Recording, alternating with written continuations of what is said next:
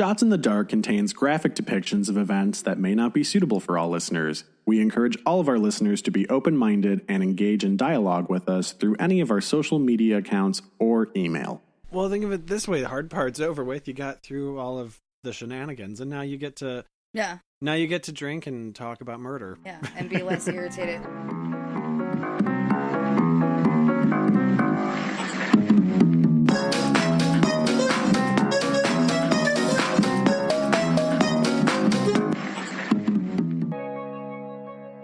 Hi, and welcome to Shots in the Dark. I'm Ty. I'm Whitney. And we are not going to be abstaining from alcohol tonight. No, and I am really excited because I actually got the ingredients. Although, had I actually planned ahead, I would have made one of the ingredients that was surprisingly hard to find. For my story, I'm excited because it goes with my story and it's really important to the story. I'm really excited to, A, hear your story, and B, try your special drink that you've planned out specifically for it, which is great. So since this isn't sober time... take our shot time. Yay, yes. So anyone that's listening, you know the drill, or maybe you don't. Don't cheers us with water. It is bad luck. But anything else, or if you don't have anything to cheers with, high five the air. Look like a creep. A deep yoga breath, perhaps. Yeah. Because I'm like so centered, I don't need any sort of like breathing episodes or like exercises. I don't even like yoga. That's not even cool anymore. I go to spin class now.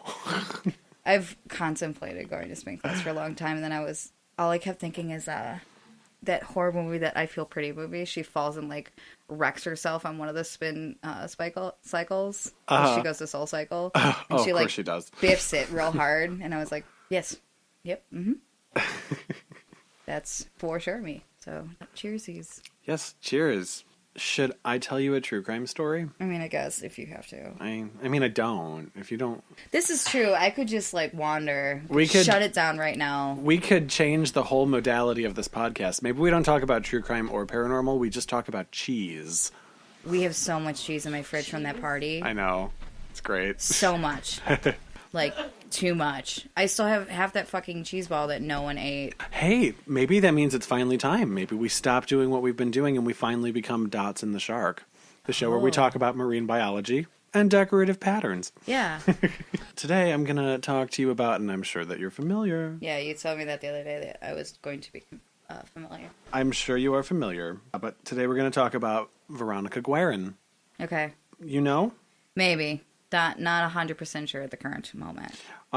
Man, she's like a badass. She was real cool. So clearly she'd be dead. Yeah, no, she do be dead. She do be in a very realistic way. She be dead. Like in a doobie way. So Veronica Guerin was born to her parents Christopher and Bernadette on July 5th, 1958. Okay. And she grew up on the north side of Dublin in a suburb called Artane, and she had 4 siblings. I stopped myself from doing something in Dublin also. So there's that. Oh, did you almost have a Dublin story too? Yeah, but then I went to this route. You remember the Maple Leaf special when we both picked Canadian things? Yeah, and then we got really excited about it. And also, I don't think anyone likes that episode besides us. Well, so there's that. I don't care. Oh. So she went to Catholic school. Go figure. I mean, of course. Ireland. And she had a penchant for sports. So Veronica played camogie, which, are you familiar with it? No. I had to look it up because I didn't know what it was. It's basically like a female like stick and ball sport. So she played that. She played basketball and she played football, or, soccer, basically. Yeah. Yeah. But she was really, really good at all of these things. She was so good that she played for both the Ireland women's national basketball team. Cool. And the Republic of Ireland women's national football team. Get it, girl. Yeah, no, for real. That's hard. Because she was a badass. So after high school, Veronica went on to study accountancy at Trinity College in Dublin. Mm-hmm. Also, good school.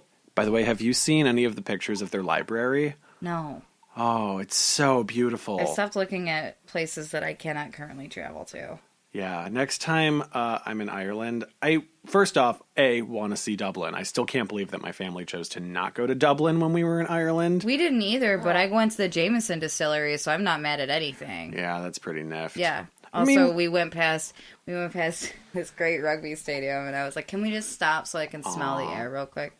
No, we And definitely they did. laughed. We definitely did fun things, but like that would have been something really cool to see. And also, isn't the Guinness factory in Dublin? Yes. It's also where Smithwick's is made. Which you really like. You like Smithwick's. Yes. I like Guinness. It's not Smithwick's. I'll bite you. It's not Smithwick, so if you call it that, you're wrong. And I will be upset at you from afar. So in 1985, she married a gentleman by the name of Graham Turley, and then the couple had their son Cahal in 1990. Okay. That's a fun name. Yeah, it is. And of course, it's like Gaelic, so it's not spelled like the way that you think it is. Yeah. So after she graduated from college, she worked with her father at his company for a few years. But after he passed away, I think it was like 3 years after she started working there, yeah. She started her own PR firm. Oh, I mean, like you do. Yeah. Everyone does that, right? Like you do when you're a Badass. badass. Exactly. Stop yelling at me.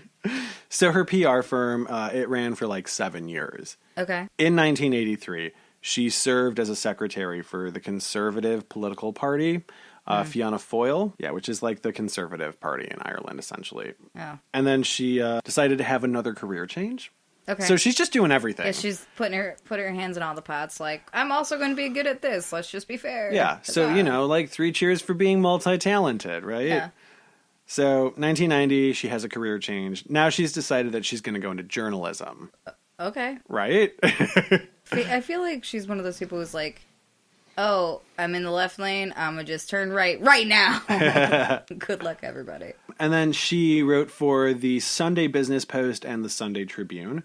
And she became really well known for pursuing stories in such a way that she often would put herself in danger to get the scoop. But because she went directly to the central sources for her stories, her work was like top notch. That's awesome. Resplendent, one might say. Oh my goodness. I gotta go. I wrote that in my notes. I bet you, did you say one might say in the notes as well? You I did. dingbat. But I think, there's definitely something to be said about a person who's a journalist who is willing to put themselves in harm's way to get a really good story and do their job well. Mm-hmm. Which sounds terrifying, but it was so important to her. There's a lot of journalists that would do that. Like you were saying, it makes for better like reading and better stories, period. Oh, yeah, absolutely. But I feel like that's also one of the differences between like good journalism and mediocre journalism. Yeah. She's a journalist now. She's really dedicated to her work. Mm-hmm. And Veronica built super strong relationships with both the Irish police and also some pretty big deal criminals because of how well she was able to gather and provide valuable information. Mm. So she was going to these criminals, basically, and she had been talking to other criminals, and she was able to provide them with information that helped them, so they were willing to help her get the scoop.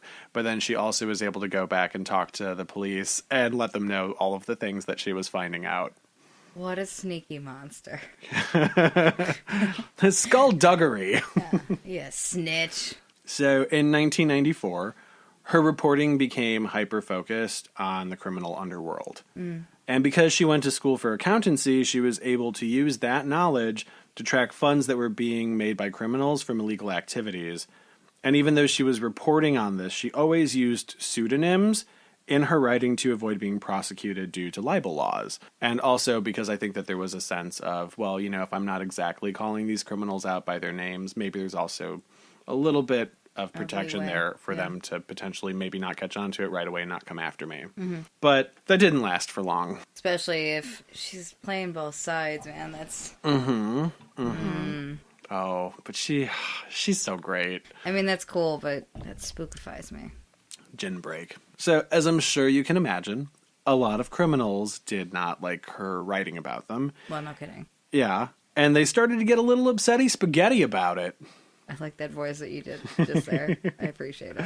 So, after writing an article about convicted criminal John Traynor, Veronica started receiving death threats, and then in October of 1994, shots were fired into her home after an article she'd written about criminal Martin Cahill had been published. Super.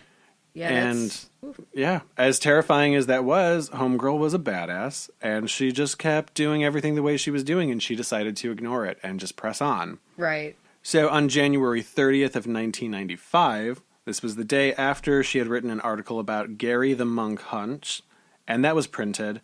She answered her door, and there was a guy there who pointed a revolver at her head. He not only had a gun that he pointed at her head, but then he tried to fucking shoot her. Well, yeah. At point blank range, and he missed! How strange is it that she would be surprised that there was a gun? Yeah. But how do you... I mean... How do you miss? I'm not... I would miss. He missed, basically. So she scrambles, he scrambles, but then he takes another shot at her. They both right? reached for the gun. Is they that both what just happened? Oh yes, yes. They both. No, they didn't both reach for the gun. But he fired another shot, and he got her in the leg, and then he ran off. Mm-hmm. But she survived. So after that happened, she was like, "Okay, I'm gonna have security cameras installed, but I'm gonna keep doing my thing anyway." Mm-hmm. So she pressed on, and the police were very adamant about telling her. They were like, "You need an escort. You need somebody to be watching your house. And you need somebody to be following you when you go and you do your work."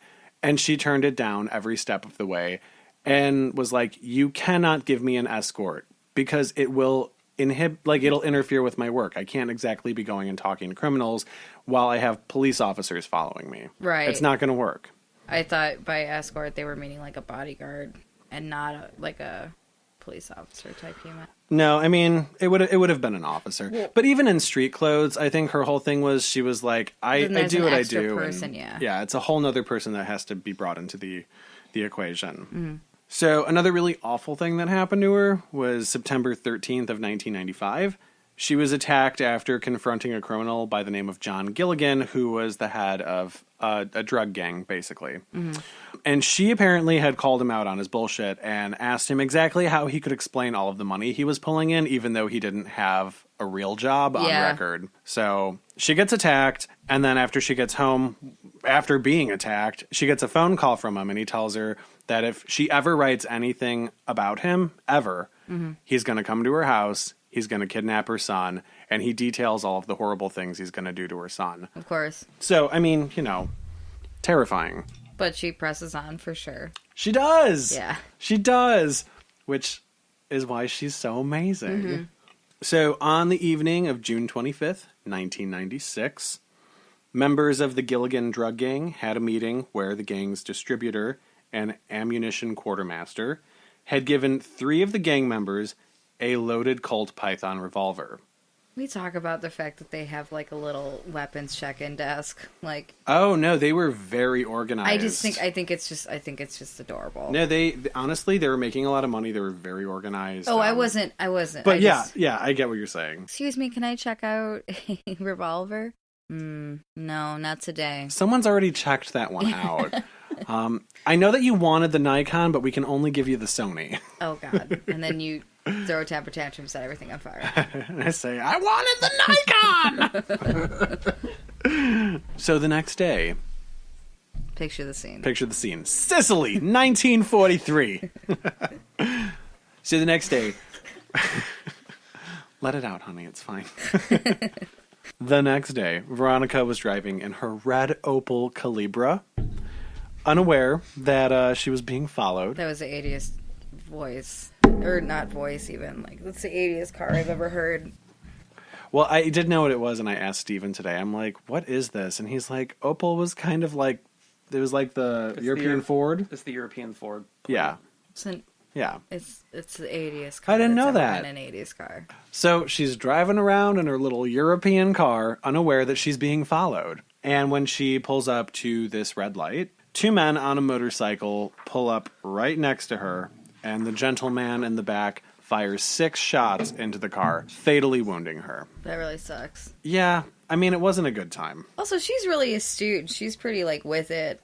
I feel like someone who's getting death threats should be more perceptive of their surroundings. I think that if your job is to be stealthy, she might have been really good at her job, but they also might have been really good at their job. Yeah, for sure. Gin break. So just about an hour after Veronica was murdered, the gang members had a meeting in Dublin, in a very public place.